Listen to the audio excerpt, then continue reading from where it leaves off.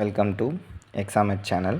இன்றைக்கி நம்ம பார்க்க போகிறது வேலூர் புரட்சியை பற்றி. வேலூர் புரட்சி எப்போ நடக்குதுன்னா 806. இதை கன்சால்டேட் பண்ணி சிம்பிளாக கொடுத்துருக்கேன். இந்த நோட்ஸை மட்டும் படித்தா கூட போதும். என்னென்னு பார்த்தீங்கன்னா 3 பெரும் காரணங்கள் கொடுத்துருக்கேன். ஒரு உடனடி காரணம் கொடுத்துருக்கேன். புரட்சி வெடித்த நாள், புரட்சியில் பலியான ஆங்கிலேயர்கள், புரட்சியாளர்களால் அறிவிக்கப்பட்ட மன்னன், புரட்சி அடக்குதலில் பங்கேற்ற வீரர்கள், பிரிட்டிஷாரின் வெகுமதியும் தண்டனையும், வேலூர் புரட்சியில் சிறப்பாக செயல்பட்ட இந்தியர்கள், புரட்சியின் தோல்விக்கான காரணம், வேலூர் புரட்சி எதிரொலித்த இடங்கள், இதெல்லாம் கொடுத்துருக்கேன். இதை டீட்டெயிலாக பார்ப்போம்.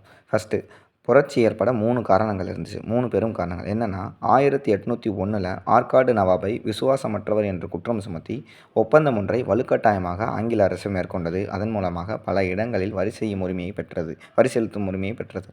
அடுத்த 2வது காரணம் என்னென்னா, பிரிட்டிஷாரின் இராணுவத்தில் பணியாற்றிய இந்திய வீரர்களுக்கு குறைவான ஊதியமும் பணி உயர்வும் வழங்கப்படாததோடு, குறைவான ஊதியம் கொடுக்குறாங்க, பணி உயர்வு வழங்கப்படலை. அது போக மரியாதை குறைவாகவும் நடத்தப்படுகிறது. இது 2வது பெரிய காரணம். 3வது பெரிய காரணம்னா 1805 ஏற்பட்ட பஞ்சம். அது மிக பெரும் தாக்கமாக இருந்தது. சிப்பாய்களோட குடும்பத்தோட யாருமே உருப்படியாக சாப்பிடாமல் கொள்ளாமல் இருந்ததுனால அது மிகப்பெரிய தாக்கமாக பண்ணுச்சு. இது 3 மிகப்பெரிய காரணம். ஒரு உடனடி காரணம் இருக்குது. அது என்னன்னு கேட்டிங்கன்னா, தலைமை தளபதி சர் ஜான் கிரடாக் அவர் வெளியிட்ட புதிய இராணுவ கொள்கை தான் உடனடி காரணம். அவர் என்ன செஞ்சார்னா, தன்னுடைய சமய சின்னங்கள் அணியக்கூடாது, காதுகளில் அணிகலன் அணியக்கூடாது, முழுசாக சேவ் பண்ணிக்கணும், யூனிஃபார்ம் போடணும், இந்த மாதிரி சில புதிய இராணுவ கொள்கைகள் அமைஞ்சது உடனடி காரணமாக அமைஞ்சிருச்சு. அடுத்து புரட்சி வெடித்த நாள். அது என்னைக்குன்னு கேட்டிங்கன்னா 1806 ஜூலை 10. இதுதான் புரட்சி வெடித்த நாள். 1806 ஜூலை 10 ஓயாமல் கேட்டிருக்காங்க. அன்னைக்கு புரட்சியில் ஈடுபட்ட சிப்பாய்கள் எந்தெந்த படைப்பிரிவை சேர்ந்தவர்கள்னா 1 மற்றும் 23ஆம் படைப்பிரிவை சேர்ந்தவர்கள். அடுத்து புரட்சியில் பலியான ஆங்கிலேயர்கள் யார் யார்? முதல்ல பலியானவர் யாருன்னா கர்னல் பான்கோட். கர்னல் பான்கோட் தான் 1806 வேலூர் புரட்சியில் முதலில் பலியானவர். கர்னல் மீகாரஸ் அப்படின்றவர் 23ஆம் படைப்பிரிவை சேர்ந்தவர். கர்னல் மேஜர் ஆம்ஸ்ட்ராங் அவரும் பலியானார். கோட்டையை கடந்து சென்றவர். கோட்டைக்குள்ளே என்ன நடக்குன்னு பார்த்துட்டு போனார். அதனால் அவரும் பலியானார். அடுத்து லெப்டினன்ட் எல்லி பாப்ஹாம். இவங்க மன்னரோட படைப்பிரிவு, அதாவது பட்டாலியன் பிரிவை சேர்ந்தவங்க. அடுத்து புரட்சியாளர்கள் அறிவிக்கப்பட்ட மன்னன் யாருன்னு கேட்டிங்கன்னா, திப்புவின் மூத்த மகன் பதே ஹைதர் மன்னராக அறிவிக்கப்பட்டு அவருடைய புலிக்கொடி ஏற்றப்பட்டது. புரட்சியாளர்கள் பதே ஹைதர் தான் மன்னராக அறிவிக்கப்பட்டார். அடுத்து புரட்சி அடக்குதலில் பங்கேற்ற வீரர்கள் யார் யாருன்னு கேட்டால் 3 பேர்.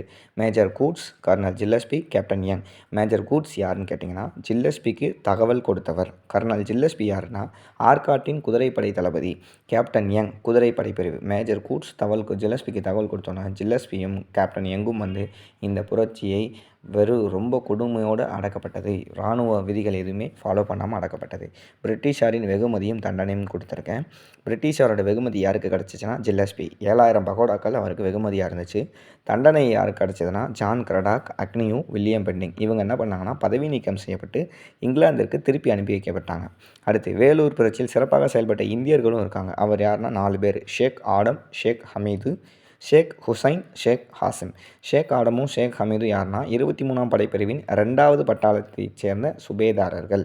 அடுத்து ஷேக் ஹுசைன், ஷேக் ஹாசிம் யாருன்னா சுபேதார் ஷேக் ஹுசைன், ஜமேதார் ஷேக் ஹாசிம்.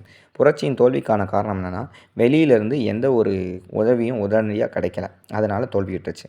வேலூர் புரட்சி வேலூரில் மட்டும் இல்லை, சில இடங்களில் எதிரொலித்தது. அந்த என்ன நடனா, பெல்லாரி, வாலஜாபாத், ஹைதராபாத், பெங்களூரு, நந்திதுர்க்கம், சங்கரிதுர்க்கம். பெல்லாரி, வாலஜாபாத், ஹைதராபாத், பெங்களூரு, நந்திதுர்க்கம், சங்கரிதுர்க்கம்.